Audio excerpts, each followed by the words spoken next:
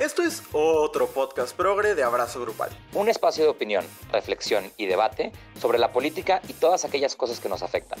Que ni te sorprenda, aquí encontrarás la opinión más progre del momento. Acompáñanos.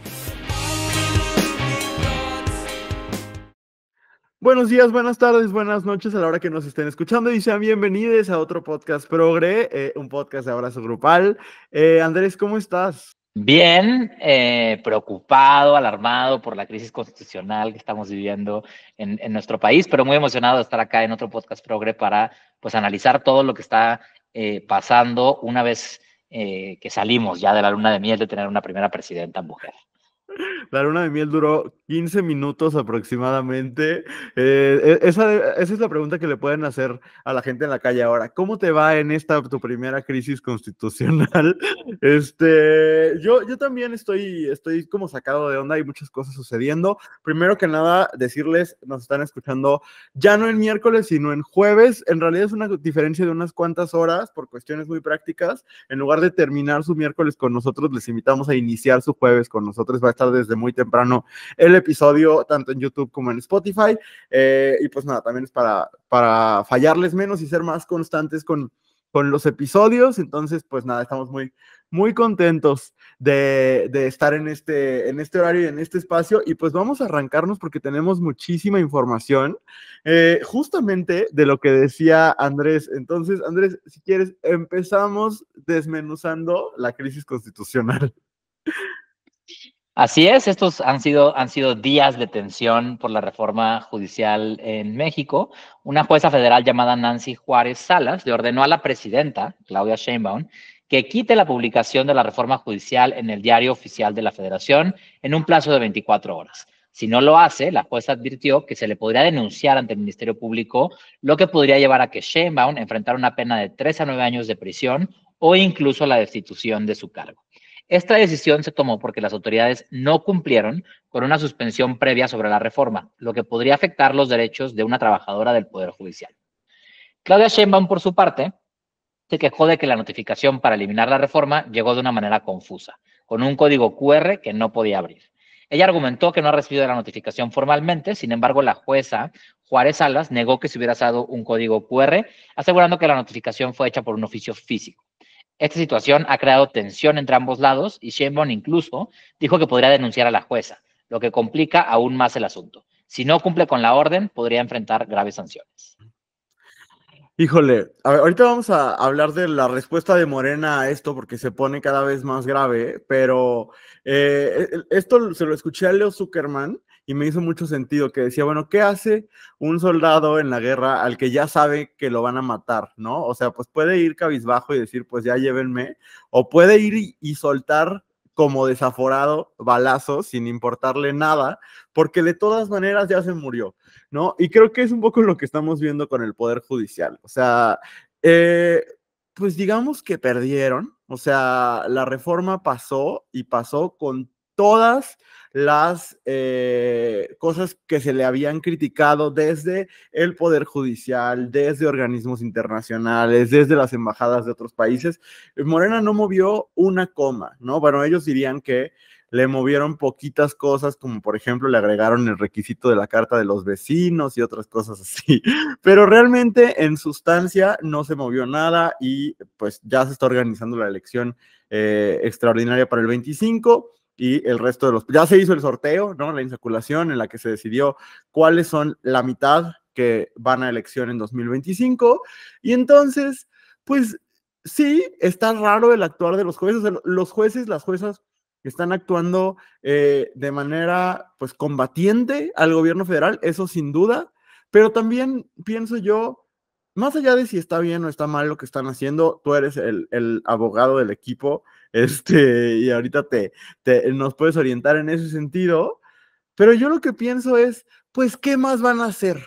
O sea, genuinamente, ¿qué esperamos cuando las voces de los trabajadores del Poder Judicial no fueron tomadas en cuenta en esta decisión en ningún momento, ¿no? Y cuando la tensión y el calor de la situación ha sido tan alto que realmente no podía suceder otra cosa más que escalar el conflicto y ponerse agresivo. Y creo que lo que está sucediendo ahorita es eso, ¿no? Las declaraciones de un lado, ya el Poder Judicial tiene su contramañanera, porque dijeron, no podemos tolerar que la mañanera más aburrida sea la de la presidenta, vamos a poner otra más aburrida en un lugar todo mal iluminado, en el que hablan 3 jueces, que son las personas más aburridas del país. Y pues nada, creo que hoy nos enfrentamos a eso, la borrachera del poder. Creo, Andrés, que no se acabó, ¿no? Creo que siguen tomando, creo que la conectaron y pues hay un poder judicial debilitado, golpeado, ahora sí que devastado, diría, ¿cómo se llama esta señora? Carmen Campuzano, en el video, y pues eso creo que es lo esperable. Me encanta que estamos en el aferrafter de la 4T. Y pues sí, a ver, el derecho y el tecnicismo del derecho es aburridísimo, ¿no? O sea, los tecnicismos de la Corte son completamente contrarios a la opinión pública. Es muy difícil explicar un tecnicismo jurídico a una opinión pública enardecida, exaltada, ¿no? Tanto de un lado como el otro. Y entonces, digamos, hay 2 niveles de la conversación, ¿no? La conversación política, como dices, bueno, ya estaba muerta, por eso la jueza sacó esta sentencia, pero por el otro lado sí hay una conversación técnica sobre pues muchas cosas que se han hecho mal en la forma en la que la 4T legisla, y vemos que un poco la crisis constitucional que estamos enfrentando el día de hoy no es nueva, digamos, no nació ayer, ¿no? Sino que es pues la última consecuencia de una dinámica en la que en el sexenio anterior, en el sexenio de Andrés Manuel López Obrador, hubo una relación muy tensa con el Poder Judicial, ya que muchas de las grandes reformas de la 4T fueron echadas para atrás por la Corte, principalmente por tecnicismos procesales, más que por cuestiones de fondo. Y de ahí surge toda esta narrativa de querer pintar a la Corte como un actor político que está entorpeciendo la agenda de la Cuarta Transformación, ¿no? Es una narrativa en la que la 4T ha sido muy astuta y muy hábil en posicionar, ¿no? Hace sentido, la gente se lo cree, inclusive en medios que hacen este juego como de la izquierda y la derecha, poniendo a Norma Piña como si fuera la cara de la derecha y a Sheinbaum como si fuera la cara de la izquierda, cuando la realidad es que la Corte es mucho más técnica que política, ¿no? Y claro que hay posiciones políticas que responden a quién, a qué ministro fue nombrado en qué sexenio, ¿no? Pero dentro de una estructura de balance que ha sido pues completamente dejada de lado en este momento, ¿no? Creo que por un lado es, como dices, ¿no? ¿Qué más podía hacer la jueza si ya está la reforma cumplida? Y bueno, sale con esta sentencia o proyecto de sentencia que además enuncia las responsabilidades que podría tener la presidenta, ¿no? Como una forma, pues, muy desafiante de aplicar el derecho. Pero por el otro lado, genera una situación en la que sí estamos viendo una presidenta que tiene un uso discrecional de la justicia, ¿no? Hoy pareciera que desde la mañanera del pueblo se puede decidir qué sentencia vale y qué sentencia no vale, cuando esa no es una facultad del Poder Ejecutivo, ¿no? Sea esté bien o esté mal, ¿no? Es una facultad del Poder Judicial, existen los procesos, existen las instancias para apelar a esas sentencias y en todo caso se considera que sale del marco del derecho, pero en teoría la aplicación de una sentencia no tendría por qué estar en duda y no tendría por qué ser una facultad del Ejecutivo decidir qué sí y qué no aplica del Poder Judicial. Por eso existen 3 poderes, por eso hay una división de poderes y me parece que eso es lo más relevante de esta situación, ¿no? Que vemos pues esta borrachera del poder llegar al supuesto de decir, esta sentencia no la vamos a aplicar porque no coincidimos con ella, ¿no? Y esto que si bien en este caso, pues es un tema así de polémico, ¿no? Pues puede ser un parámetro que se pueda usar con muchas otras cosas, ¿no? Como violaciones a derechos humanos, como responsabilidades del Estado en situaciones graves, ¿no? Entonces sí estamos pues ante un potencial supuesto de aún más debilitamiento de la justicia en México. Sí, a ver, yo pensaría en que, si bien es cierto que la Corte es más técnica que política, sí creo que durante el sexenio de López Obrador específicamente, vimos por la misma naturaleza de los sucesos que la Corte tuvo un actuar político, ¿no? Que específicamente desde la presidencia de Norma Piña, sí hubo un actuar más politizado que de costumbre, ¿no? Sin embargo, la respuesta con la reforma al Poder Judicial a mí me parece desproporcionada, me parece, sí me parece una reforma autoritaria y creo que nada refuerza más la interpretación de que específicamente en su relación con el Poder Judicial la 4T es autoritaria, que la presidenta, como tú dices, en la mañanera del pueblo, justamente autodecidiendo que el pueblo es ella, de cierta forma, ¿no? Que ella puede, porque su frase fue más o menos como unos cuantos jueces no pueden contra el pueblo. Bueno, el pueblo es diverso, incluso esos jueces pertenecen al pueblo, ¿no? Entonces también se está volviendo cada vez más desgastante, al menos para mí, el discurso constante de la 4T de decir es que esto ya lo decidió el pueblo y esto es lo que quiere el pueblo y el pueblo manda, porque la realidad es que el pueblo es heterogéneo y el pueblo es diverso y no porque la mayoría del pueblo haya votado por ella y por su grupo político, quiere decir que el pueblo es ella, ¿no? Y que las visiones de Morena son enteramente las visiones del pueblo. Y eso creo que es importante separarlo. Si te parece, voy a leer la siguiente nota porque en realidad es un poco lo mismo, entonces para ir siguiendo platicando sobre esto, porque bueno, hay decenas de suspensiones contra la reforma del Poder Judicial, está la orden a la presidenta de que borre la publicación del Diario Oficial de la Federación. ¿Y cuál es la respuesta del grupo político en el poder? En medio de este conflicto entre la presidenta Sheinbaum y el Poder Judicial, los diputados y senadores de Morena presentaron una iniciativa para reformar la Constitución y evitar que la Suprema Corte de Justicia de la Nación y otros tribunales invaliden las reformas constitucionales. Proponen cambios a varios artículos de la Constitución que harían que no se acepten recursos legales que intenten impugnar las reformas, lo que significa que las decisiones sobre estas reformas ya no podrían ser revisadas por la Corte o por los juzgados. Porque hay que hacer la anotación, no es que esta jueza Nancy ya haya invalidado la reforma, más bien es una suspensión en lo que se revisa el caso, ¿no? Entonces, lo que quiere hacer Morena con esta reforma es impedir que siquiera se puedan revisar esta situación, ¿no?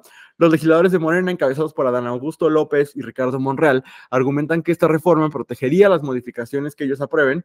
Además, mencionaron que la iniciativa incluiría cláusulas retroactivas para evitar que se cuestionen reformas pasadas. Eso está muy fuerte. Inicialmente, y eso nos escandalizó bastante a Andrés y a mí ayer, la reforma implicaba cambiar, entre otros, el artículo primero de la Constitución para invalidar el llamado control de convencionalidad. Después de exigencias de la sociedad civil, Morena suavizó su reforma en el Senado, eliminando cambios a los artículos primero y 103 de la Constitución y parte de las propuestas en los 105 y 107. Sin embargo, se mantiene la prohibición de que la Suprema Corte revierta reformas a la Constitución mediante acción de inconstitucionalidad, controversia constitucional y amparo. El senador Óscar Cantón Cetina reconoció que retiraron los cambios más polémicos para evitar una crisis constitucional. No obstante, el Centro Pro de Derechos Humanos ha expresado que aunque es positivo que no se modifique el artículo primero, la preocupación persiste ya que la reforma al artículo 107 sigue siendo peligrosa al limitar controles sobre las reformas constitucionales. Una conversación muy técnica, Andrés. ¿Cómo ves todo esto? Me parece muy preocupante que la crisis constitucional haya llegado a este punto. Para quienes estudiamos derecho y defendemos derechos humanos, el artículo primero es la cosa más preciada que tenemos y estoy seguro que no nos vamos a dejar. Ah, no te creas. No, pero voy a explicar un poco las implicaciones jurídicas que tiene esta reforma, ¿no? De entrada, uno nos dice políticamente que el espíritu de las reformas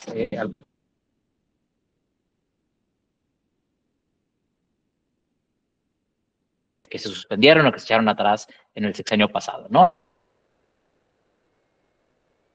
Que de alguna forma se modificó el día de hoy, sí nos evidencia, ¿no?, ese resentimiento que hay por parte del grupo político a ese control de convencionalidad.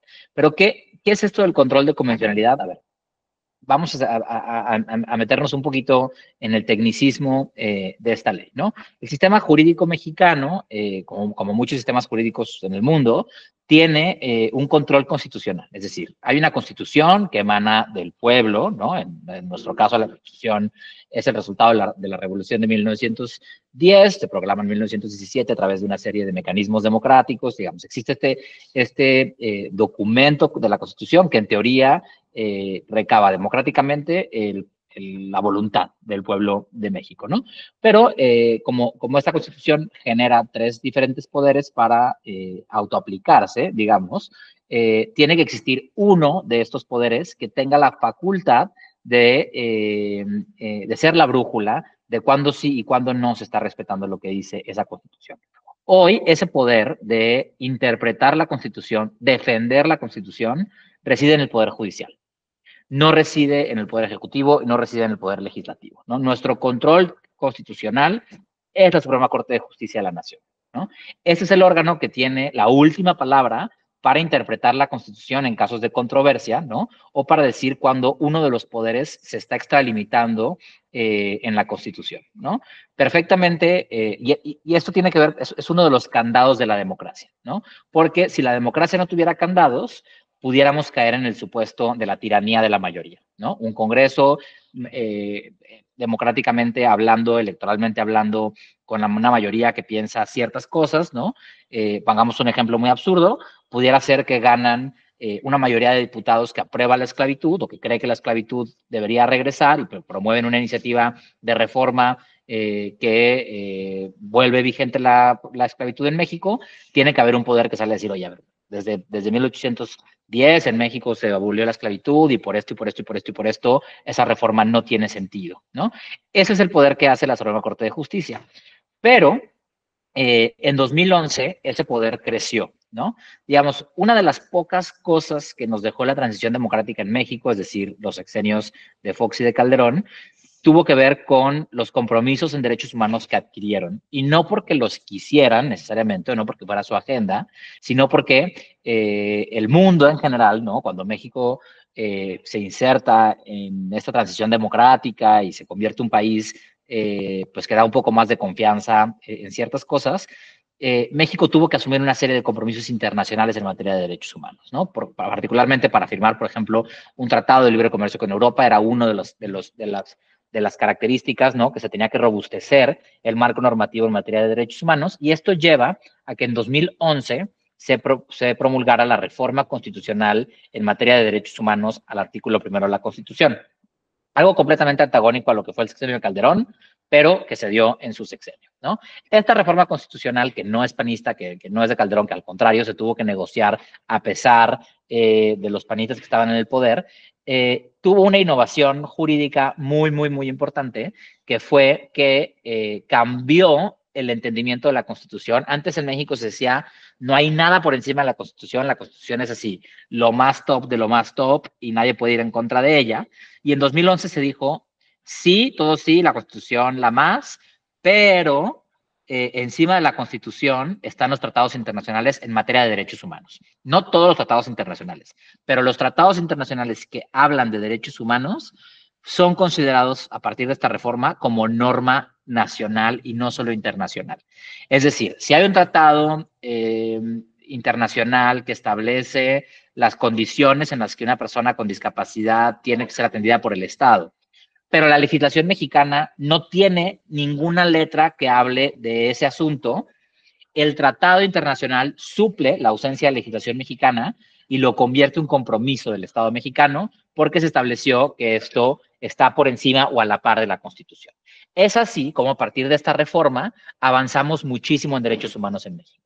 El matrimonio igualitario, los derechos de las personas trans, el derecho de las mujeres al aborto, un montón, personas gestantes, un montón de temas que han avanzado en la última década en México, han avanzado gracias a que hoy es exigible para el Estado lo que dicen los tratados internacionales. Entonces, cuando yo iba al registro civil y me decía, no, joven, aquí no se puede casar porque en Jalisco no se ha aprobado la reforma al matrimonio igualitario, yo tenía el derecho de decirle, pues estás mal porque hay un tratado internacional que sí lo reconoce como mi derecho y tú estás obligado a aplicar ese derecho en ausencia de una legislación local que me beneficie, ¿no? Y la corte salía y decía, ella tiene razón, y me daban mi acta de matrimonio, ¿no? Esa es la dinámica de derechos humanos, es lo que hemos conocido jurídicamente hablando como bloque de constitucionalidad, es decir, todos esos parámetros en los que el gobierno ejecutivo principalmente se obliga a un montón de temas de derechos humanos que no están en la Constitución o que no están en ninguna ley federal o en ninguna ley estatal,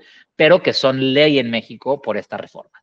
Lo que establece la propuesta que circularon ayer es que no se pueda aplicar el control de convencionalidad, es decir, no se pueda aplicar el contrato de ley mexicana contra un tratado internacional para beneficiarnos en materia de derechos humanos. Es decir, que si el gobierno federal pasa una reforma constitucional para que afecte al medio ambiente, nosotros no vamos a poder ir a decirle a la Corte, oye, la Constitución defiende mi derecho al medio ambiente y necesito que pares esta obra del gobierno federal que contamina mi agua, porque la 4T ya dijo que la Corte no puede meterse a hacer control de convencionalidad. Es un retroceso gigantesco en materia de derechos humanos, de proporciones mucho más grandes que las que estamos dimensionando en este momento en la opinión pública, y que cae en una controversia constitucional porque la propia Constitución mexicana establece que en materia de derechos humanos no podemos retroceder.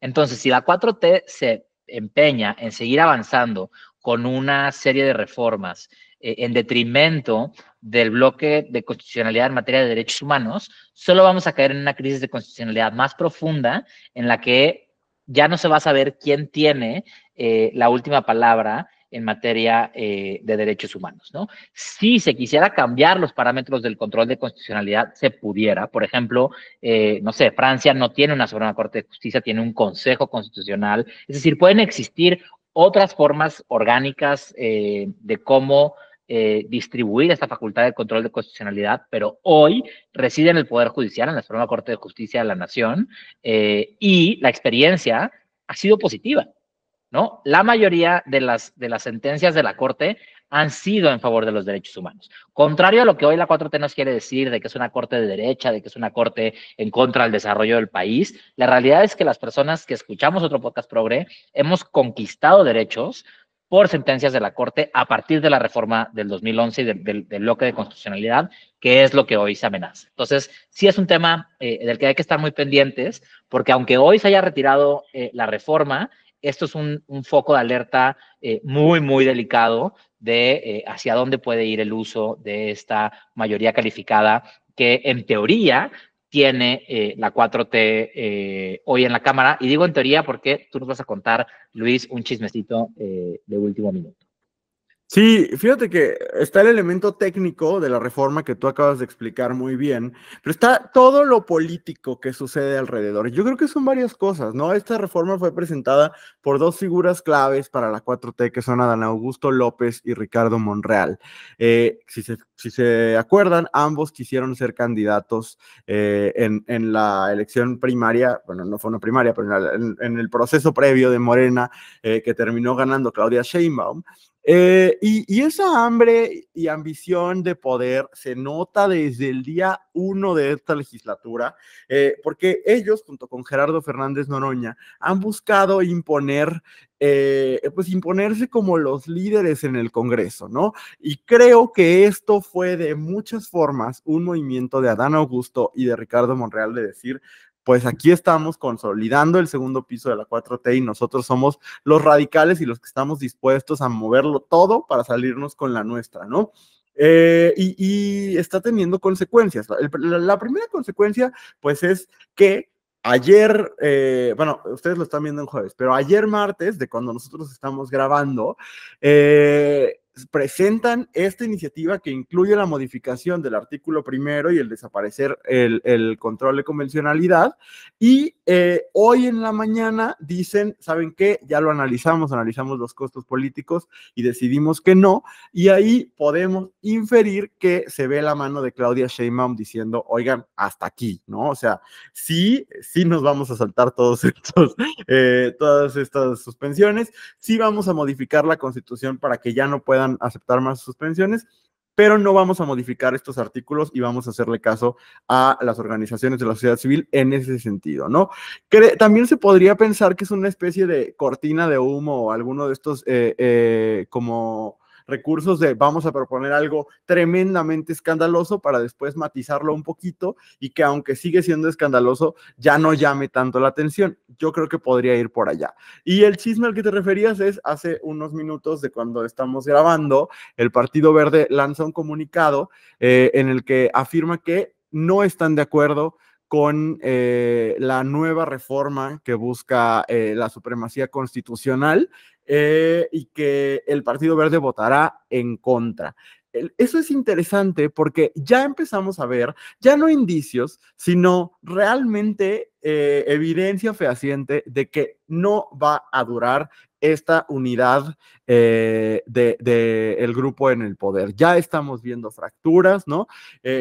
Y todavía falta entender quién está con quién y dónde está parado cada uno. Pero aquí hay un claro distanciamiento de la bancada del Partido Verde, que son, pues, por culpa de Morena, pero son clave para la mayoría calificada que tienen en este momento en el Congreso. Entonces, pues si el Partido Verde por alguna razón deja de acompañar incondicionalmente a Morena en todas sus iniciativas, entonces estamos en otro escenario. Y sí creo que, ya lo había dicho yo en otros episodios, a mí me parece que especialmente Adán Augusto, que ha dado muchas señales de ser un hombre machista, con actitudes gangsteriles, bastante, pues como chapado a la antigua de los políticos más mafiosones. Yo sí creo que está midiendo poder con la presidenta, sí creo que está tratando de imponer una agenda propia, y sí creo que está incluso haciéndole guiños a los radicales de Morena, ¿no? Y eso me preocupa. Creo lo mismo de Ricardo Monreal. Creo que a pesar de que, abro comillas, es tiempo de mujeres, cierro comillas, creo que también es tiempo de políticos gañanes de los de siempre que están intentando recordar, como acotar el poder de la presidencia y decir, bueno, a fin de cuentas no hay poder de la presidencia sin el poder que le dan las dos cámaras, y por lo menos en diputados sí creo que le están queriendo imponer un estilo, y que ese estilo va a meter a Claudia Sheinbaum en muchos problemas, en problemas con los empresarios, en problemas con Estados Unidos, en problemas con la sociedad civil, y eso lo lamento profundamente, porque bueno, ni Ricardo Monreal ni Adán Augusto son hombres que se caracterizan por una fascinación por los derechos humanos, ¿no? Si revisamos sus trayectorias políticas, ninguno de los dos tiene así como una participación con la sociedad civil en iniciativas de derechos humanos. Son de otro tipo de izquierda, ¿no? Y eso creo que se nota. Entonces, pues yo no sé, Andrés, si decirte que estoy preocupado o que estoy también intrigado. Si esto fuera una serie de Netflix, me la acabaría rapidísimo, porque sí me parece, pues, sabroso el chisme de que se están peleando adentro de Morena y sus aliados, y de que ya hay fracturas, pero pues desafortunadamente esto tiene consecuencias en la gobernabilidad del país. Sí, coincido, sí, a todo lo que dijiste.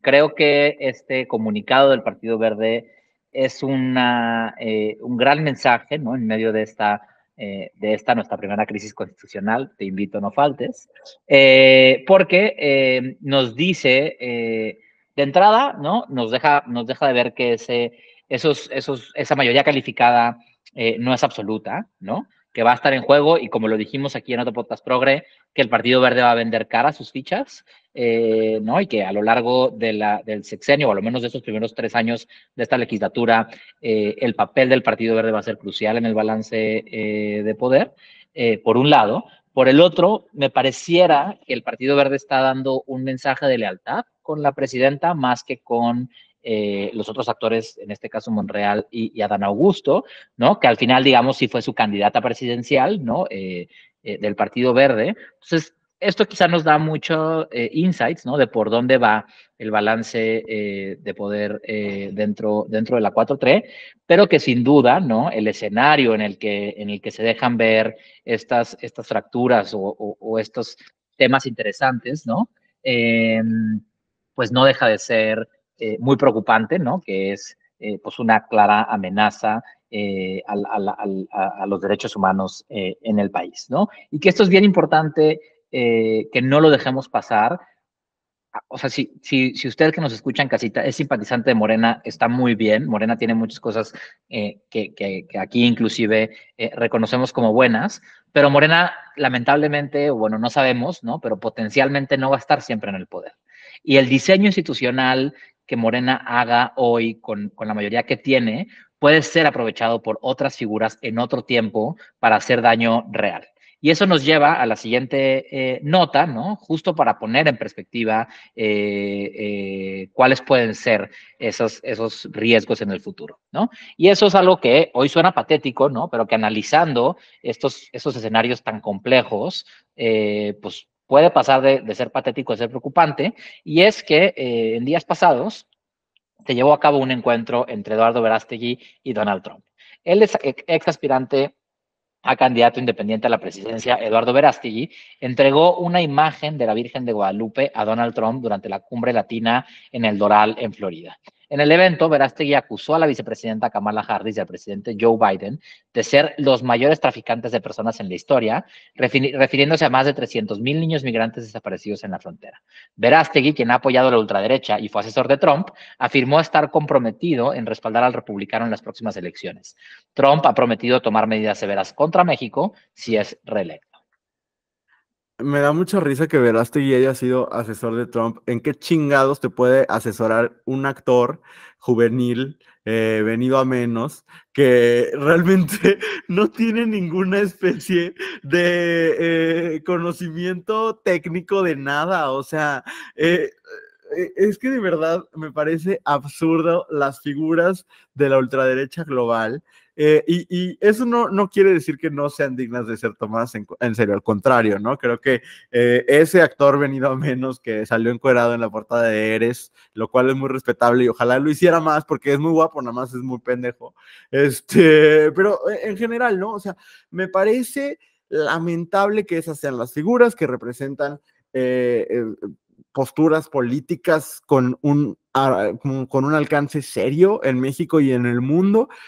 Yo tiendo a pensar que no es Verástegui el riesgo que va a crecer en México, pero creo que puede ser un símil de Eduardo Verástegui. Y creo que esta cercanía de estos actores con CIPAC, por ejemplo, ¿no? Con estos como conglomerados de organizaciones de derecha que usan estos eufemismos como por la familia, por las infancias, por los valores, etcétera, pues sí son peligrosos. Y creo que esta imagen de Eduardo Verástegui y Donald Trump juntos sí me parece que significa cosas, ¿no? Que significa que hay interés de la ultraderecha en incidir en México, en hacer presencia en México y en construir eventualmente una opción política. No incluimos información sobre la elección de Estados Unidos esta semana. Quizás la próxima le dediquemos bastante tiempo porque será el último episodio antes de la elección. Pero yo estoy preocupado, Andrés. A mí sí me alarma, sí me alerta que la posibilidad de una segunda presidencia de Donald Trump es muy alta. La veo como la opción más probable. Y eso creo que sí significa cosas para el mundo, ¿no? Y sí empodera a estos sectores políticos que todavía en México están bastante débiles, pero que también por eso me parece tan importante que Morena no la cague de maneras tan monumentales como la caga de repente, ¿no? O sea, que Morena no se traicione a sí mismo de la manera en que se está traicionando, que no le dé lugar a absolutamente quien sea como lo está haciendo, porque el pueblo, ellos mismos lo dicen, ¿no? Ellos hablan, el pueblo es bueno y el pueblo es sabio. Bueno, yo matizaría algunas cosas, pero dentro de la sabiduría del pueblo está que así como te dan votos de confianza como el que le dieron a Morena el pasado 2 de junio, también te castigan, ¿no? Y que la oferta que encuentren para castigar a Morena sea un Eduardo Verástegui, una Sandra Cuevas o algún similar, es especialmente peligroso porque el estado que le va a dejar Morena a ese que siga va a ser uno en el que probablemente puedan hacer lo que quieran. Y eso me parece, pues, especialmente preocupante. No sé cómo ves todo eso. Sí, si bien, o sea, si algo hay que decir de la elección estadounidense en este momento es que están en empate técnico, todo puede suceder. Y que aunque gran parte de la campaña desde que se anunció Kamala, las tendencias eran Kamala creciendo y Trump hacia abajo, en las últimas semanas, días, esta tendencia se ha invertido y Trump está recobrando fuerza en la carrera electoral. Y un dicho de la política mexicana que podemos aplicar en este momento es caballo que alcanza gana. Por lo general, quien llega al día de la elección con una tendencia de crecimiento, gana la elección. Entonces, si la elección fuera el día de hoy, me parece que es muy alarmante el escenario en el que Trump puede resultar electo y no es menor que Verástegui haya estado en el Doral, en Florida, que digamos, el Doral es una zona en donde prácticamente solo se habla español, es una zona sumamente latina, principalmente venezolana, pero hay latinos de toda América Latina, y que es uno de estos esfuerzos finales de la campaña de Trump para amarrar un voto latino, y qué mejor que hacerlo con una figura universal como lo es la Virgen de Guadalupe. Entonces, en un escenario donde Trump fuera electo presidente de Estados Unidos, eso puede decir que las prioridades de financiamiento de Estados Unidos en su conjunto, ¿no? Tanto USAID, diferentes espacios con los que Estados Unidos hace política internacional, pues pudieran redirigirse a organizaciones de ultraderecha como la que acaba de fundar Sandra Cuevas, como la que tiene Eduardo Verástegui. Entonces, más allá de que ellos como figuras personales sean o no una amenaza para la democracia en México, las redes que están tejiendo sí se pueden convertir en un monstruo muy amenazante, también en un escenario donde pues ya más de un liderazgo republicano ha puesto sobre la mesa la urgencia de declarar al crimen organizado mexicano como instituciones, como organizaciones terroristas, para que esto justifique una intervención más directa de la fuerza de Estados Unidos en territorio mexicano, ¿no? Entonces sí hay aquí de repente pues muchas aristas que son delicadas, y que justo por eso es absurdo que Morena en este momento vaya en contra de los tratados internacionales en materia de derechos humanos y en general el sistema interamericano de derechos humanos, ¿no? Porque se alinea con las posturas de Trump. Trump es un presidente que amenaza con sacar a Estados Unidos de la Organización de Estados Americanos. Sus posturas referente al sistema interamericano de derechos humanos son similares a las de Bukele en El Salvador y Nicolás Maduro en Venezuela. Y que entonces hoy que México se ponga del lado de este eje que busca cuestionar al sistema interamericano de derechos humanos, que busca debilitar el bloque de constitucionalidad, pues me parece que es poco estratégico cuando, por ejemplo, México, por lo general, en su tradición de política exterior, ha sido uno de los principales defensores, ¿no? Pues de este multilateralismo en materia de derechos humanos, ¿no? Entonces, no suena muy estratégico de la 4T abrir esta crisis constitucional en la antesala de una elección que puede tener profundas implicaciones hacia México, pero pues bueno, será importante estar atentos a cómo evoluciona tanto internamente esta conversación en el Congreso, como por su lado la conversación, bueno, más bien la elección en Estados Unidos que vamos a ver próximamente.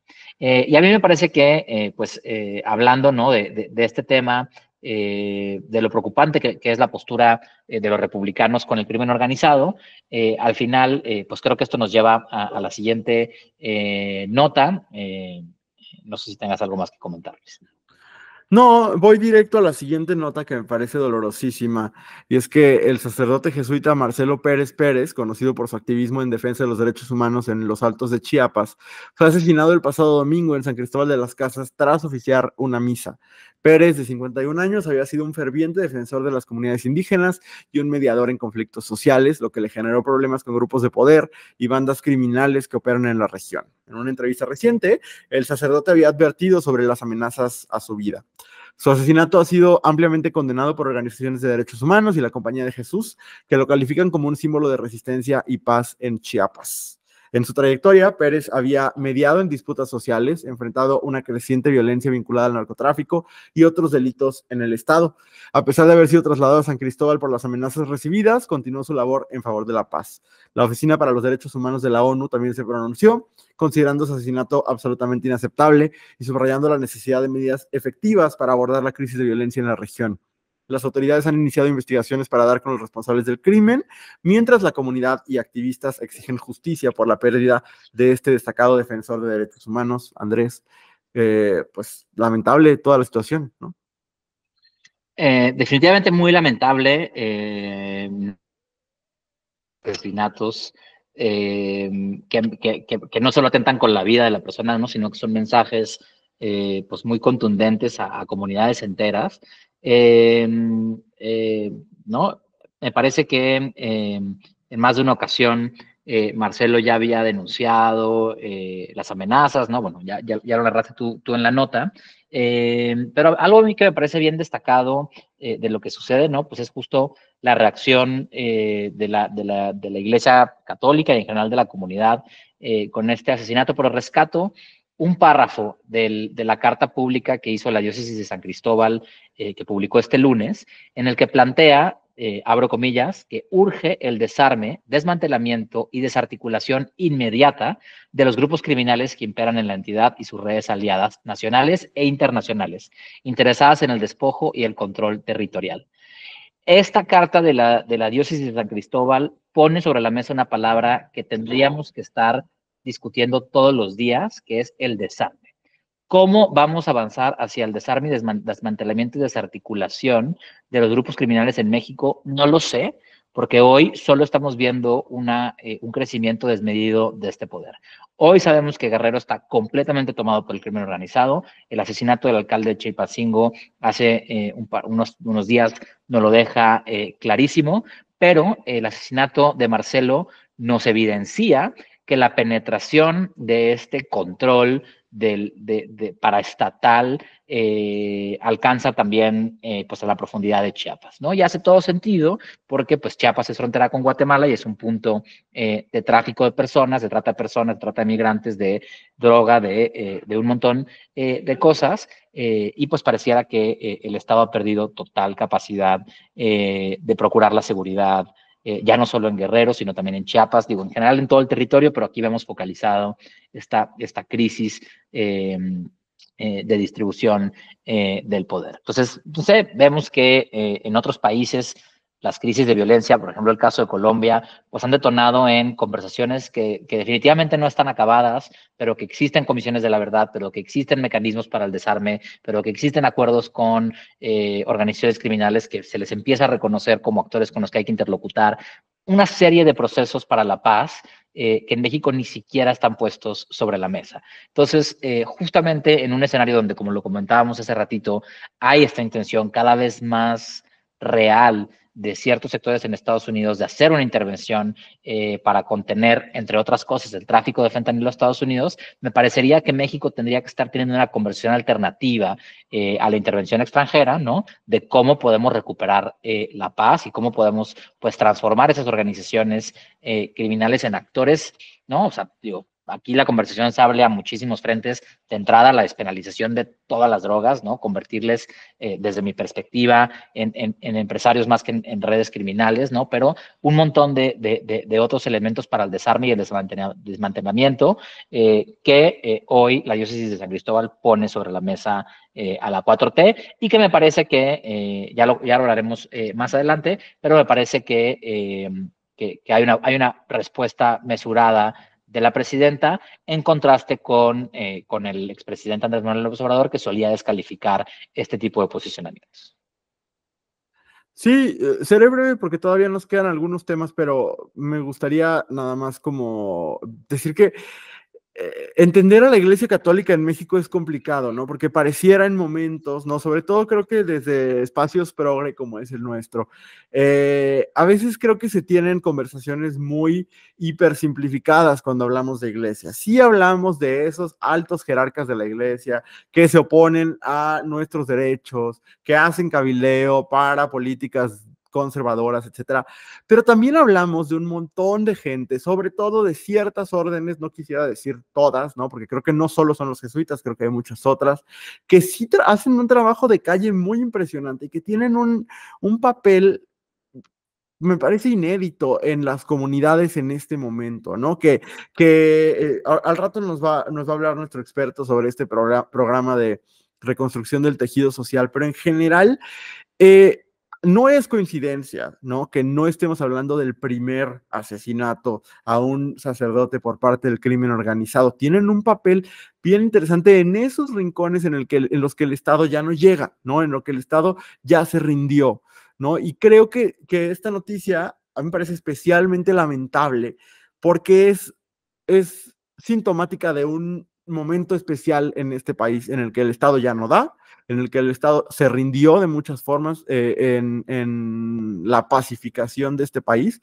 y en el que la Iglesia tiene un como papel importantísimo en la conciliación entre grupos criminales, como no debería ser, ¿no? O sea, la Iglesia ha tenido que asumir ese papel porque el Estado o no le entra o no le puede entrar, ¿no? Y eso, pues, hace que estos actores, perdón, religiosos terminen en estas situaciones. Eso me parece, pues, lamentable y doloroso pues, justo le decía a Andrés hace ratito que por mensaje que a ver si tenemos pronto algún invitado. Sería rarísimo, ¿no? Dos gays entrevistan a un sacerdote, pero creo que será interesante también platicar, pues, con la gente que está haciendo este tipo de trabajo de reconstrucción del tejido social, porque sí creo que tienen un papel importante en la pacificación de este país y que sí o sí desde el área de los derechos humanos y los activismos, pues nos toca dialogar a pesar de diferencias muy marcadas, ¿no? Sí, que así como un sector de la iglesia representa lo más rancio de la derecha en contra de derechos LGBT y otras cosas, también es que hay un sector de la iglesia católica que representa una izquierda verdadera, ¿no? Y que históricamente han sido la resistencia en momentos muy oscuros de la historia mexicana, como la Guerra Sucia y demás, ¿no? Entonces la trayectoria, pues del sacerdote Marcelo y de muchos otros actores en la región sur ha sido muy importante y es por eso que esta noticia es pues tan lamentable. Pero bueno, dejando un poco de lado este bloque pesimista acerca del futuro constitucional y de derechos de nuestro país, pasamos a un segundo bloque en el episodio de hoy con noticias, con mejores noticias para quienes tenemos una postura progre. Y la primera de esas, pues, es la reforma para regular el trabajo en plataformas digitales. El gobierno federal presentó una reforma para regular el trabajo en plataformas como Uber, Rappi y Didi, con el objetivo de proteger los derechos laborales de repartidores y conductores. Este proyecto, trabajado por la Secretaría del Trabajo y Previsión Social durante 2 años, reconoce a estos trabajadores como subordinados y establece que tendrán acceso a seguridad social, derechos laborales y reparto de utilidades si superan las 288 horas de trabajo al año. Además, se garantiza la flexibilidad laboral, permitiendo que elijan cuándo y cuánto trabajar. Y se prohíbe a las plataformas limitar su tiempo de conexión. La reforma también incluye la creación de un programa piloto del IMSS para la reinscripción de estos trabajadores, medidas de transparencia en la asignación de tareas y causas justificadas para la desconexión laboral. Si se aprueba, México se unirá al grupo selecto de países de América Latina que han regulado el trabajo en aplicaciones, representando un avance significativo en la protección de derechos laborales en el ámbito digital. Y antes de pasarte la voz, aquí digo ¿qué te costaba, Morena? Cuando se quiere, sí se puede presentar reformas a la ley que nos ponen en la vanguardia y que reflejan ese espíritu de ser un gobierno de izquierda. Totalmente, o sea, es que eso es lo que yo quería decir también. Genuinamente, hace mucho no me emocionaba escuchar tanto algo de la voz de la presidenta o el presidente como esta. De verdad, me da muchísimo gusto la regulación del trabajo en plataformas digitales. Las personas que trabajan en plataformas digitales tienen condiciones laborales muy cuestionables, y también habrá que decir, esas condiciones laborales cuestionables son las que permiten que cueste lo que cueste ese servicio.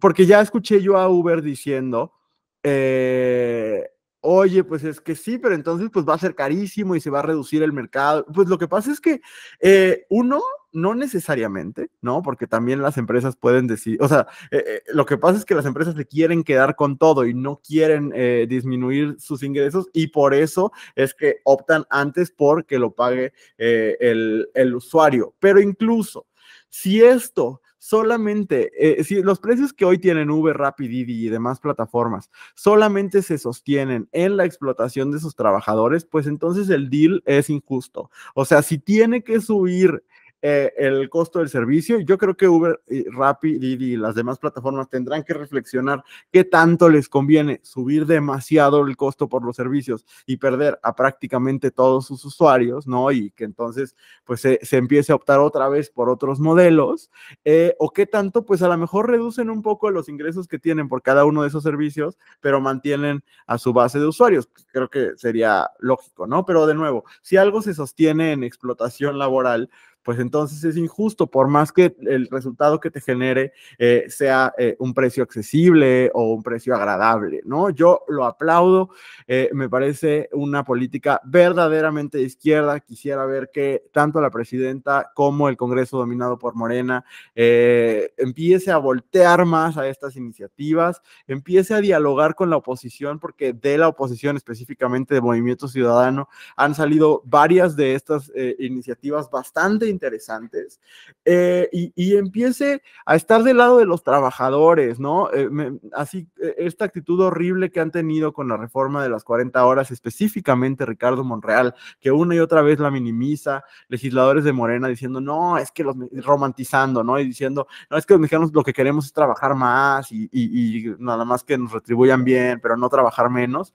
Pues es una visión, pues sí, como de una izquierda rancia setentera, ¿no? Y esto me parece que son ideas, reformas y medidas de una izquierda moderna y de nuestros tiempos. Yo lo aplaudo y lo celebro mucho. Yo también lo aplaudo y lo celebro muchísimo, y así como estamos regulando estas plataformas, pues hay estas otras conversaciones sobre otras plataformas como Airbnb y bueno, muchas que tienen que ser reguladas para que ofrezcan un mejor servicio, ¿no? O sea, esto que tú mencionas, las condiciones laborales muy cuestionables, no solo hacen que el servicio sea barato, porque tampoco es que sea es un servicio barato, ¿no? Porque discrecionalmente suben el precio, etcétera, etcétera. Pero también estas condiciones laborales cuestionables hacen que la experiencia del usuario sea menos segura, ¿no? Estos casos de violencia que hemos visto en estas plataformas tienen que ver también con la ausencia de regulación que existe en general con el uso de estas plataformas. Entonces, me parece que es una reforma muy importante y que esperamos que sea la antesala pues, de un proyecto de gobierno mucho más profundo que avance en derechos laborales, ¿no? Como lo mencionas, la reforma de las 40 horas,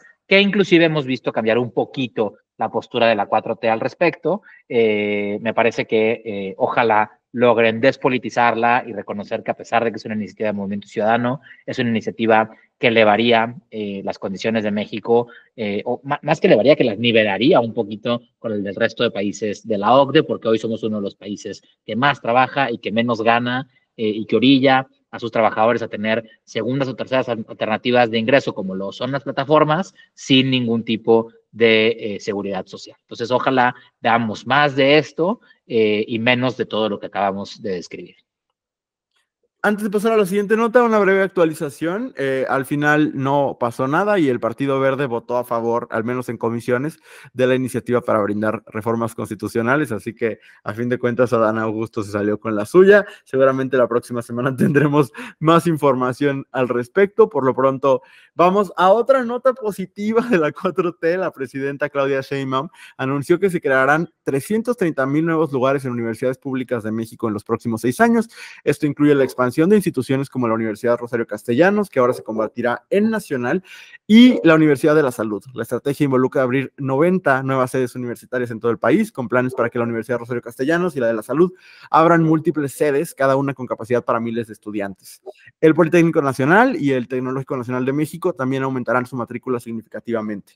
Estas universidades buscan ofrecer oportunidades educativas a estudiantes que no lograron entrar a otras universidades o que enfrentan dificultades para acceder a la educación superior. La Universidad para el Bienestar Benito Juárez García, por ejemplo, fue creada para ayudar a aspirantes rechazados y ya cuenta con varias sedes y programas en áreas como salud e ingeniería.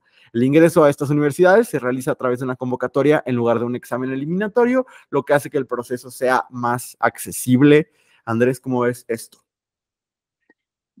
Lo veo también una gran noticia. Sin duda, cada peso que se invierta en la educación es un peso bien invertido. Me gusta que además sean alternativas a la UNAM, ¿no? Porque claro, es un problema público el número de personas que se rechaza de la UNAM, pero que no necesariamente se tendría que resolver con un acceso universal, ¿no? Porque eso pudiera, de alguna forma, como se ha argumentado, ¿no? Bajar el nivel educativo, ¿no? No se trata de que todos tengan que entrar a la UNAM, pero que todos tengan opciones en donde estudiar y que además se descentralice, ¿no? Que eso me parece que es importante en esta reforma. Eso me parece que además es uno de los guiños de tener una presidenta que, como diría Purificación Carpinteiro, será muy científica, porque pues sí ha mencionado más de una vez esta apuesta por la innovación, la ciencia y la tecnología, ¿no? Como pues tener un primer coche mexicano, que es un sueño que creo que hemos escuchado desde que éramos niños, ¿no? Etcétera, etcétera, ¿no? Todos estos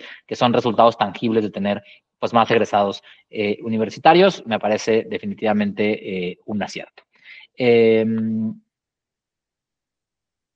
Y bueno, vamos a la última muy buena noticia, la voy a leer solamente rápido, ¿no? Que es una noticia de la semana pasada, pero que vamos a celebrar por muchísimo tiempo, porque en un país donde no conocemos la justicia, estos pequeños actos de justicia nos ayudan a entender, ¿no? Que muchas de las cosas que se dijeron en el pasado no fueron equivocadas, ¿no? Y tiene que ver con la condena a Genaro García Luna por narcotráfico. Genaro García, quien fue el jefe de seguridad pública en México, ha sido condenado a 38 años y 8 meses de prisión en Estados Unidos por su colaboración con el narcotráfico. Durante su tiempo en el gobierno de Felipe Calderón, de 2006 a 2012, fue responsable de la estrategia para combatir el crimen organizado en una época conocida como la guerra contra el narco, que resultó en la muerte de más de 250,000 personas. Sin embargo, después de su carrera en la política, fue arrestado en 2019 y se descubrió que había recibido sobornos del cártel de Sinaloa a cambio de proteger sus operaciones de drogas. García Luna enfrentó 5 cargos relacionados con el narcotráfico y fue declarado culpable en enero de 2023. Durante su juicio se revelaron testimonios que lo vinculaban con el cártel de Sinaloa, incluyendo declaraciones de ex miembros del cártel que afirmaron haberle entregado grandes sumas de dinero. Además de la larga condena, el juez también le impuso una multa de $2 millones. Esta situación ha causado un gran impacto en México y ha resaltado la corrupción dentro de las altas esferas de gobierno. Sin duda es una noticia que celebramos muchísimo. Esta multa de $2 millones se queda en Estados Unidos, no es dinero que se reinvierte en México y es por eso que es tan preocupante que la poca justicia que tenemos la alcancemos a manos de gobiernos extranjeros. Totalmente, yo creo que el mensaje es claro, la política de seguridad calderonista fracasó, ¿no? Y este es solamente pues un hito histórico que lo confirma, ¿no? Algo que muchos, muchas y muchos sabíamos. Seguiremos hablando de eso porque también habrá que cuestionarnos qué tanto de la estrategia calderonista desapareció y a qué tanto se le ha dado continuidad, y de eso estaremos hablando en las próximas semanas. Por lo pronto, llegamos al final de este episodio de otro podcast Progre, no es cierto, vamos a nuestra entrevista. Tenemos una nota más, en realidad vamos a seguir hablando de cuestiones religiosas, como las platicamos hace un par de notas, y tenemos una nota más que Andrés nos va a contar, entonces vamos a escucharlo. Bien, pues vamos a pasar a la sección más interesante de otro podcast Progre, que es la entrevista, y el día de hoy tenemos un invitado especial que invitamos a partir de la noticia que salió estos días de que Clara Luz Flores, quien era hasta hace unos días diputada del grupo parlamentario de Morena, pidió licencia como diputada y fue nombrada directora de la Unidad de Asuntos Religiosos, Prevención y Reconstrucción del Tejido Social de la Secretaría de Gobernación. Y sé que a todas nos dijeron en la primaria más de una vez que el Estado es laico y que hay una separación entre el Estado y la religión. Entonces, pues quizá no muchas personas sabían o sabíamos que existen unidades de asuntos religiosos dentro del gobierno y me parece que es bien interesante cuestionarnos, pues, qué hacen estas unidades o estas direcciones dentro de la Secretaría de Gobernación, que digamos es esta área del gobierno pues, que se encarga de mantener la gobernabilidad, la paz, digamos, entre todos los grupos que el gobierno tiene que representar, y por eso es que decidimos invitar a un gran amigo, Bosque Iglesias, que ha hecho un poco de todo en su vida. Ahorita está en la Vincide, tiene una escuela de pedagogía política. En el pasado lo hemos visto involucrado en diferentes movimientos sociales, pero lo invitamos el día de hoy particularmente por una experiencia reciente que tuviste, Bosque.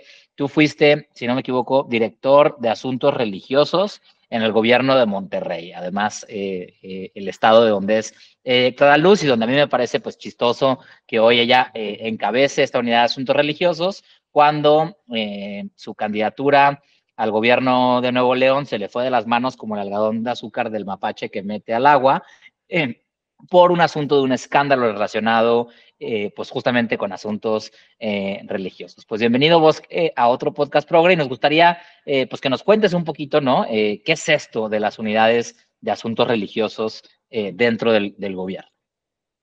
Muchas gracias, Andrés. Muchas gracias por invitarme al podcast.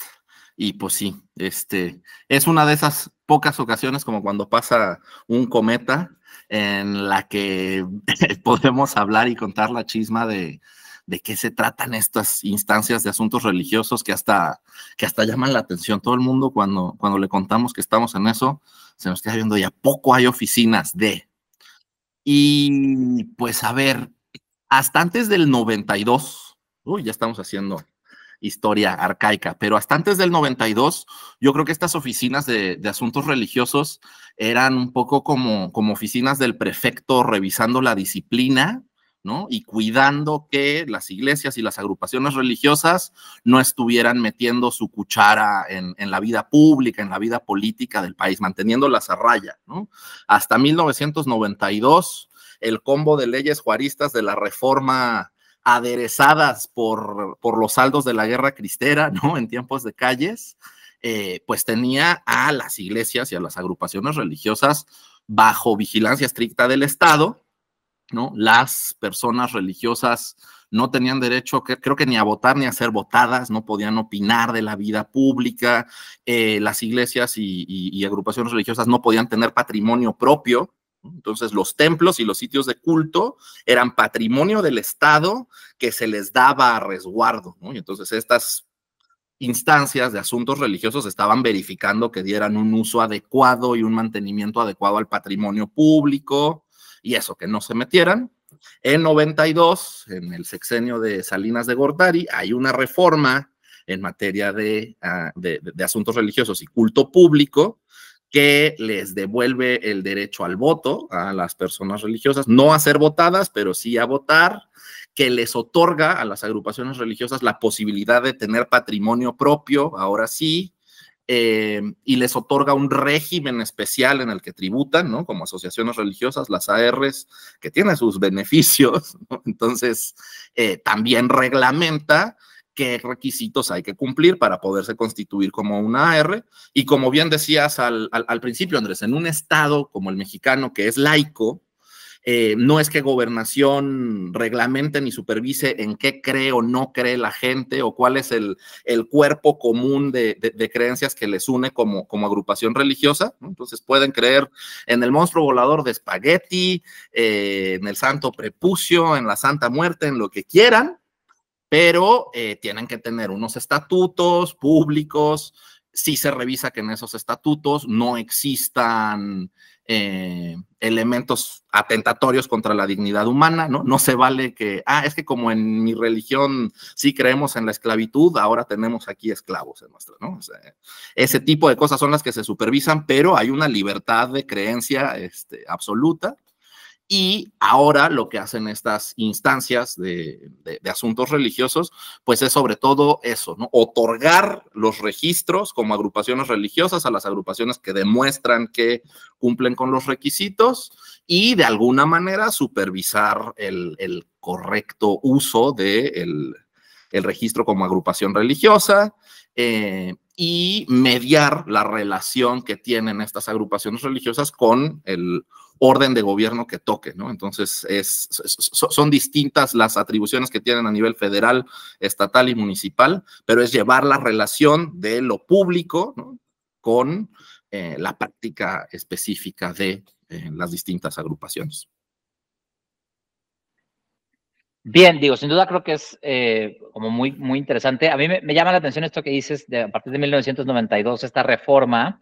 Me imagino que, ¿no?, dotándoles de la capacidad de tener presupuesto, patrimonio propio y con este régimen fiscal que comentas y tal, pues me imagino que puede ser una de las motivaciones que ha hecho también, pues, que en México proliferen en los últimos décadas, ¿no?, una mayor diversidad religiosa, ¿no?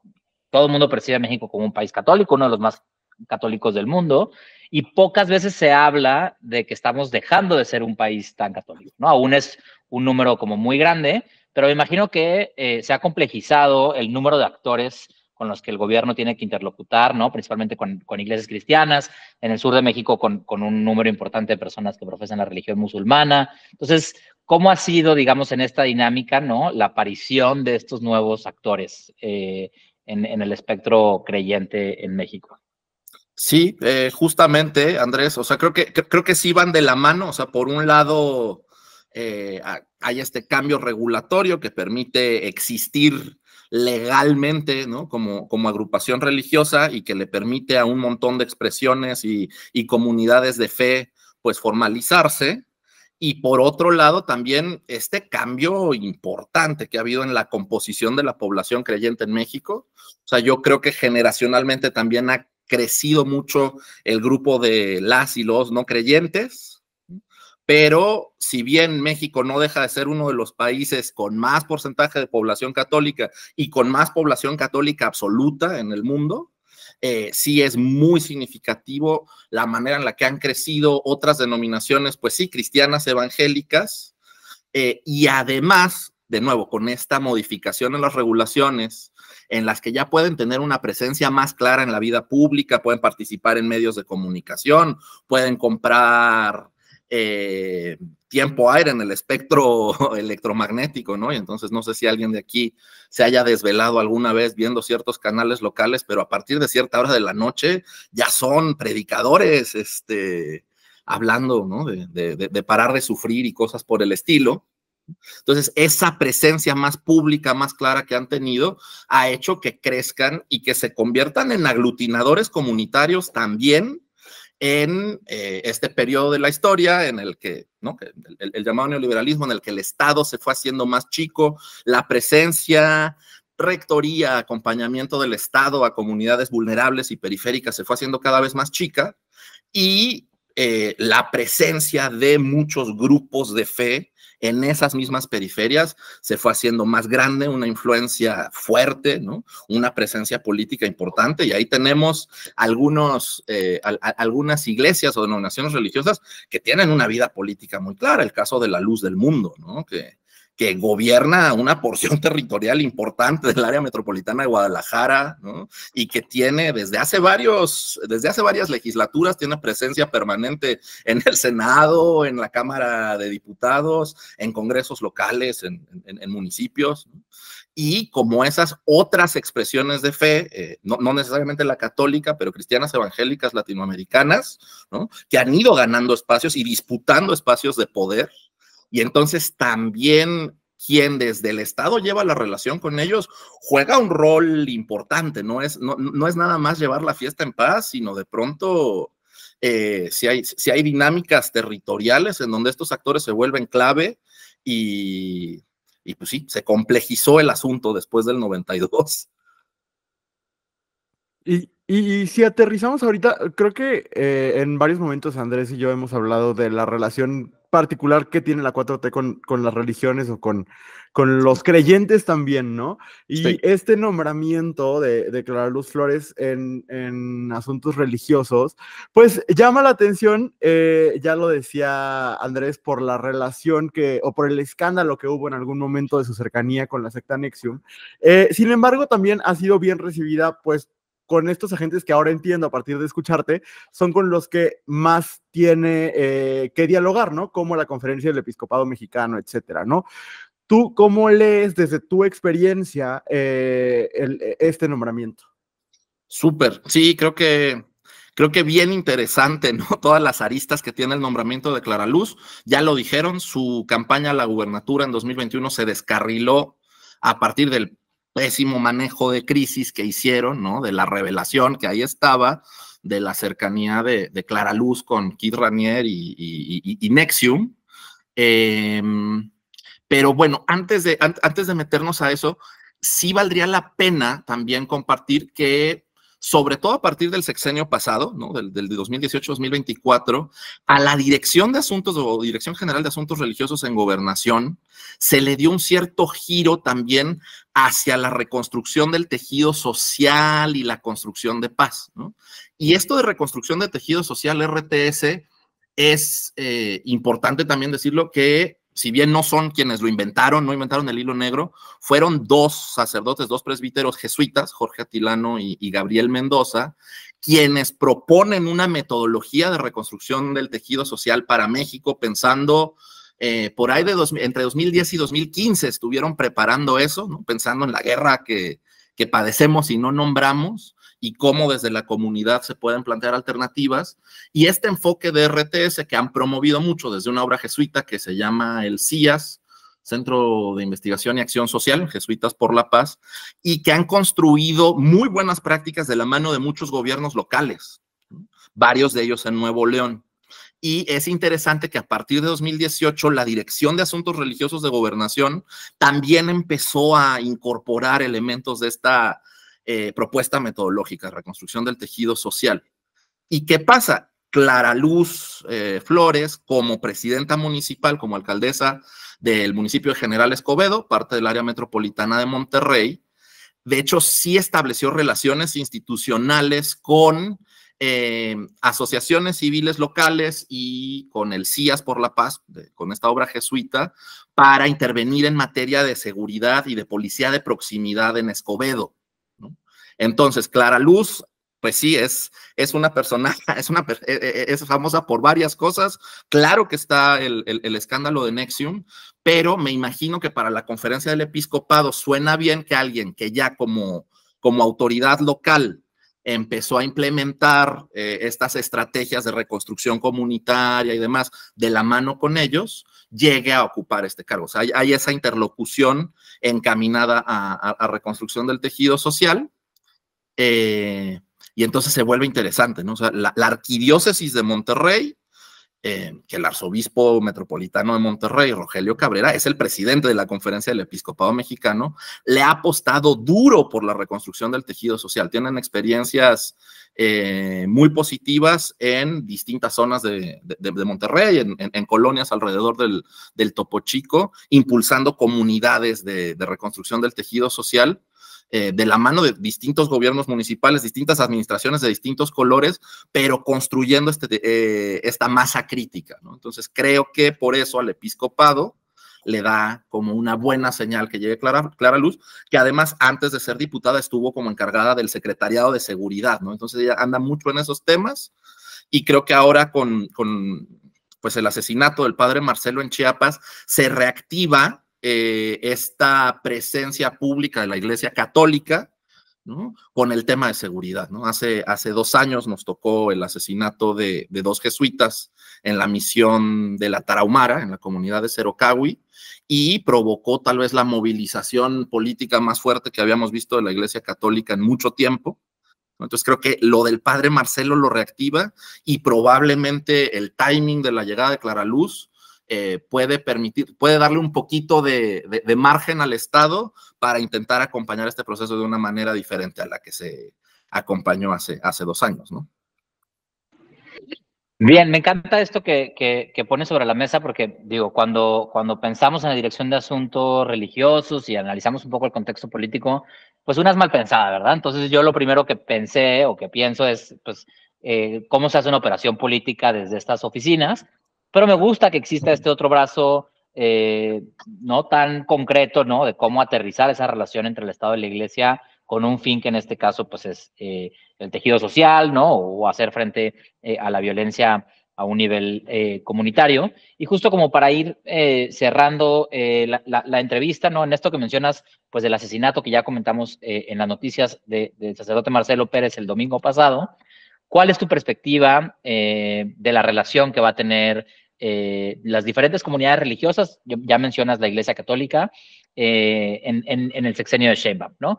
Digamos, Obrador es abiertamente una persona cristiana, ¿no? Probablemente es uno de los primeros presidentes no católicos que hemos tenido. Sheinbaum, claro, ha tenido un poco de discurso antisemita por su apellido judío, pero digamos, la fe de la doctora Sheinbaum no es tan presente en el discurso como lo pudo ser como en otras figuras políticas.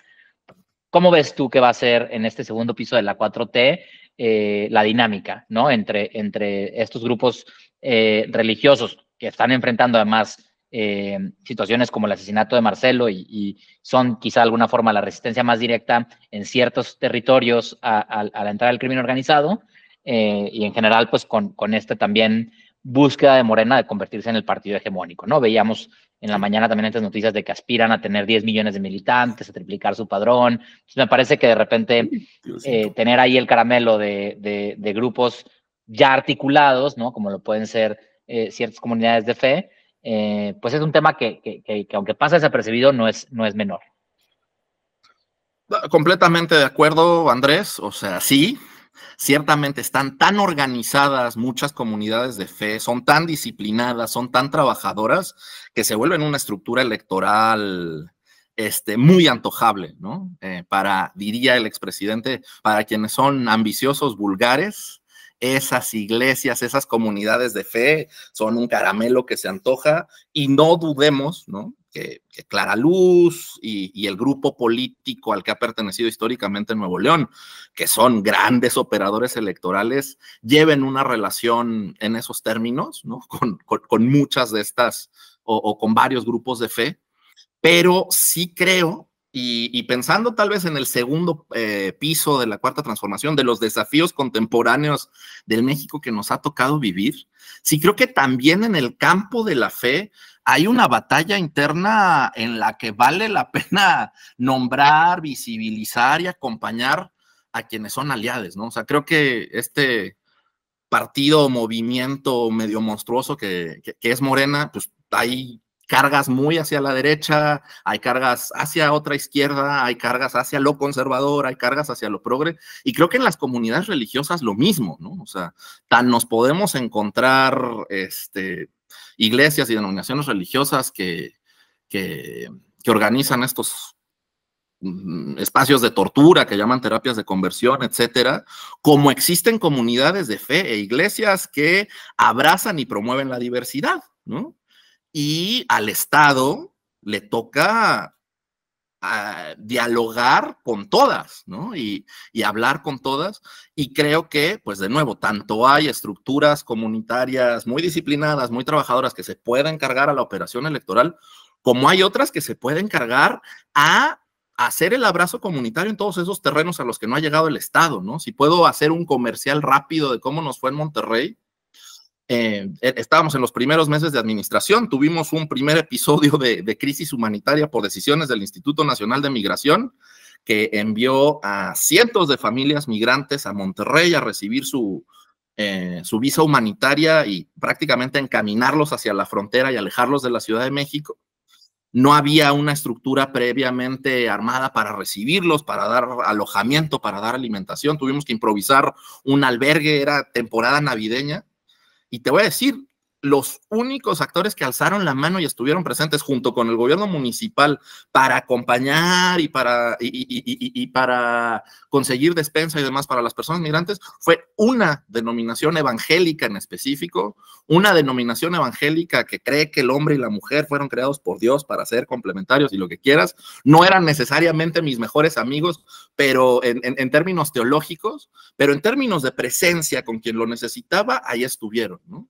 Y esa misma comunidad religiosa da clases de música desde hace 15 años a niñas, niños y adolescentes de comunidades periféricas en Monterrey, ¿no? Donde, pues de donde el crimen organizado y demás hace, ¿sabes? Saca bases, ¿no? Y entonces esta iglesia en particular está dando instrumentos musicales, clases, espacios de convivencia en donde el Estado ya había abandonado, en donde la policía municipal no entra. Entonces, creo que son estos actores complicados. De pronto, si nos ponemos en términos de no, tienes que creer en esto o en aquello, no es el rol del Estado supervisar en qué cree, pero que son actores claves porque tienen presencia en esos lugares en donde hay un montón de abandono y en donde hay un montón de deudas pendientes, y una buena interlocución con esos actores creo que puede ser muy positiva, más allá de hacia dónde pueden jalar en términos de votos, de hacia dónde pueden jalar en términos de fortalecer a las comunidades y a los esfuerzos de alcance comunitario, que hay un montón de deudas pendientes, ¿no? Entonces, sí, es una moneda al aire y no podemos dejar de ser mal pensadas, pero creo que vale la pena visibilizar también todo lo que puede pasar ahí, ¿no? O sea, creo que son actores que no hay que no es tan sano que pasen desapercibidos, porque sí juegan políticamente, y porque aunque mucho de su credo no nos entusiasme, llevan años haciendo presencia en muchos lugares donde duele la vida y el Estado y la sociedad civil no ha sabido estar en varios años. Justo ahorita que te escuchaba pensaba en el papel que durante, sobre todo la segunda mitad del sexenio pasado, tuvo la Iglesia Católica, y me preguntaba justo qué papel va a tener este año, ¿no? Porque creo que nos enfrentamos a una Iglesia Católica enojada, no sé si en eso coincidas, o sea, como, pues enojados el asesinato de los dos jesuitas, ahora este otro jesuita asesinado. ¿Crees que en algún momento la Iglesia Católica pueda convertirse incluso en una especie de oposición ante este vacío de oposiciones que hay en México? De hecho, yo esperaba que hace 2 años hubiera habido una mayor respuesta social a esta primera confrontación pública que le hacía la Iglesia Católica, o la jerarquía católica más bien, al Estado mexicano en tanto tiempo. Creo que la actitud del expresidente, o sea, creo que no sé cuántas mañaneras dedicó a desacreditar a los jesuitas, a decir que estaban utilizando políticamente el asesinato de sus hermanos para atacarlos, ¿sabes? Creo que eso no contribuyó, pero a mí personalmente te puedo decir que me decepcionó un poco que no hubo un estallido, o bueno, que no hubo un acompañamiento social más fuerte, más claro, más decidido. Creo que 10 años antes, o bueno, en 2010, 2011, con Javier Sicilia, que si bien la Iglesia Católica, la jerarquía católica no se posicionó, sí podemos decir que un segmento del pensamiento social católico acompañó a Sicilia, y eso fue grande, ¿no? El acompañamiento que hubo en su momento al Movimiento por la Paz con Justicia y Dignidad, que muy claramente señaló a García Luna. Yo me acuerdo que el 8 de mayo de 2010, ¿fue 2010? ¿Fue 2011? De 2011, Javier Sicilia pidió la renuncia de García Luna en el Zócalo de la ciudad, ¿no? De la Ciudad de México. Y bueno, o sea, creo que a ese movimiento hubo más acompañamiento que al de los jesuitas de Cerocagui hace 2 años. Me llamó mucho la atención que en su conferencia matutina de este lunes, la presidenta Sheinbaum mencionó, antes de que hubiera preguntas, ¿no? O sea, todavía en su intervención, mencionó el caso del asesinato, manifestó su solidaridad y dijo que ya estaban las personas responsables de su gobierno en interlocución con la arquidiócesis. O sea, creo que ahí hay un cambio de actitud, buscando no la confrontación, sino cierto otro aspecto de colaboración. Vale la pena ver, o sea, siento que por eso también del lado del episcopado, y teniendo un presidente del episcopado, que es el arzobispo de Monterrey, la señal que dan con clara luz fue bien recibida, pero hay que ver. O sea, a mí me entusiasmaría mucho que desde, y bien lo decía Andrés también, o sea, Claudia Sheinbaum se enunció a sí misma como mujer de fe también. Ya no me acuerdo si en sus 100 puntos en el Zócalo o en el Congreso, yo creí que científica y demás iba a decirse, se iba a enunciar como libre pensadora, se enunció mujer de fe, interesante planteamiento, ¿no? Pero me entusiasma que pudiera haber una sinergia tanto con pues sí, el episcopado mexicano como con las jerarquías de otras religiones en términos de construcción de paz, que es una agenda en la que en serio traemos un rezago durísimo y que creo que puede haber una colaboración virtuosa. Si no, o sea, y también, insisto, ¿no? Adentro de la iglesia hay quienes van hacia un lado y hacia el otro. Seguramente adentro de la iglesia hay muchas voces que están en contra de la dictadura comunista y la disolución de la propiedad privada y toda la agenda progre reptiliana de la 4T, ¿no? Y que pueden también adquirir más protagonismo. Y habrá que ver qué pasa con la iglesia de Roma, ¿no? Porque Francisco, que ha sido un papa bastante progre, pues ya está más bien en el ocaso de su pontificado. Vamos a ver quién sigue y vamos a ver si no hay un efecto pendular hacia la derecha retrógrada de la Iglesia Católica. Creo que de eso también va a depender mucho la relación o los posicionamientos que tenga el episcopado mexicano hacia el gobierno de Sheinbaum. Sí, creo que, fue una sorpresa que se anunciara mujer de fe, pero yo creo que nadie se quedó más fría que Xóchitl Gálvez después de haberle acusado por usar una falda con la Virgen de Guadalupe. Pero bueno, dejando un poco de lado, muchas gracias, Bosque, por acompañarnos en otro podcast programa. Me parece que es un tema bien interesante al que seguramente estaremos regresando más de una vez. Ojalá pronto te tengamos por acá nuevamente para ver cómo evoluciona esta relación entre las comunidades religiosas y la 4T. A mí me parece que en el comunicado que lanzan los jesuitas, ¿no? A partir del asesinato de Marcelo, hay una palabra clave que pocas veces habíamos visto en la opinión pública mexicana, que es el desarme, ¿no? Ya la iglesia está invitando, está urgiendo al desarme, y me parece que es una conversación que en otros países, ¿no? Como Colombia, se ha tenido de forma muy evolucionada, y que aquí pues prácticamente nadie lo había nombrado como tal. Entonces me parece que es una escalada de tono en la conversación, y que sin duda será pues un eje central de este sexenio. Muchas gracias por acompañarnos. Recuerda compartir con tus conocidos en tus redes sociales, dejar algún comentario en la plataforma en la que nos escuches, y nos vemos por acá el próximo jueves para seguir analizando todo lo que pasa desde la perspectiva más progre posible. Adiós.